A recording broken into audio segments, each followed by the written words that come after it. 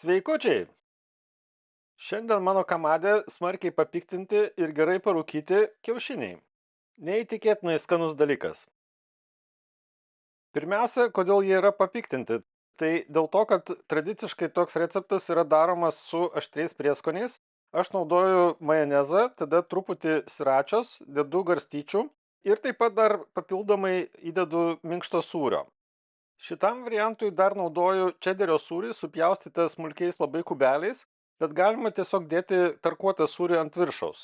Išbandžiau abu variantus, abu puikiai veikia.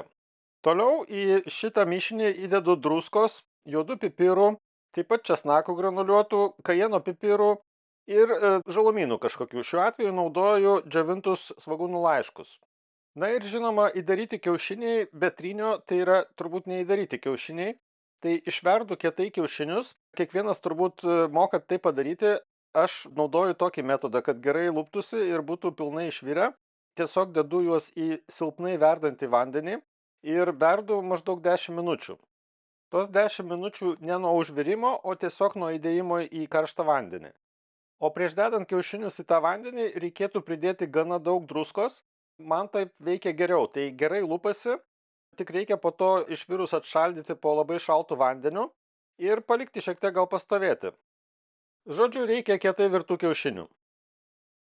Tada kuriu kepsninę ir laukiu, kol anglis įsidegs, tai jos labai įkaitinti nėra reikalo, nes visi ingredientai yra paruošti, juos galima tiesiog valgyti.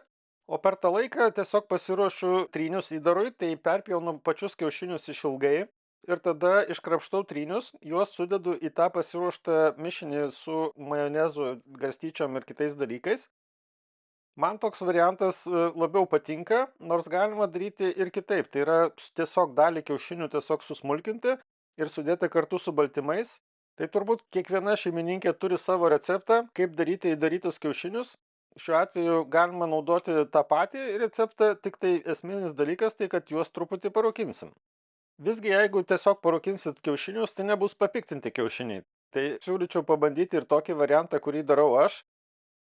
Aišku, jeigu netoleruojat aštrių prieskonių, tai galit tiesiog jų nedėti. Tokiu atveju bus tiesiog įdaryti kiaušiniai su sūriu ir juos galima lygiai taip pat sėkmingai parūkinti.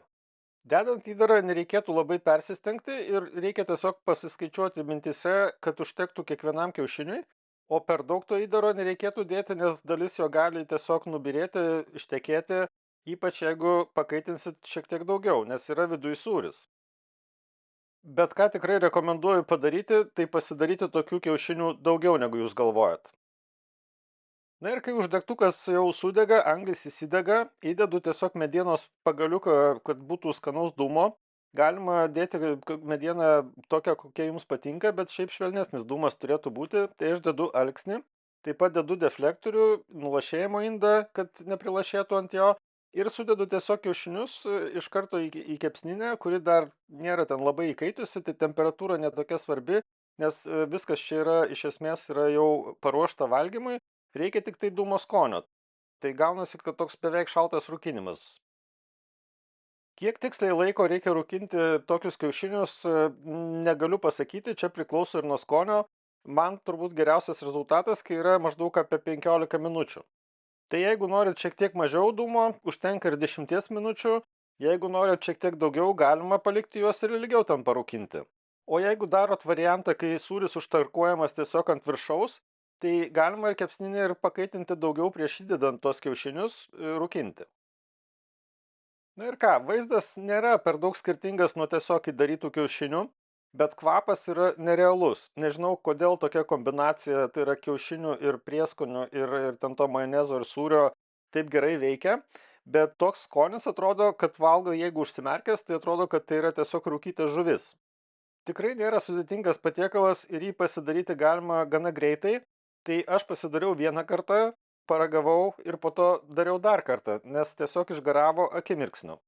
Dabar dar sukasi galvoj mintis pagerinti šitą receptą, pridedant papildomai traškios šoninės į tą kiaušinį. Bet palieku šitą fantaziją kitam kartui. Skanaus ir iki kito karto.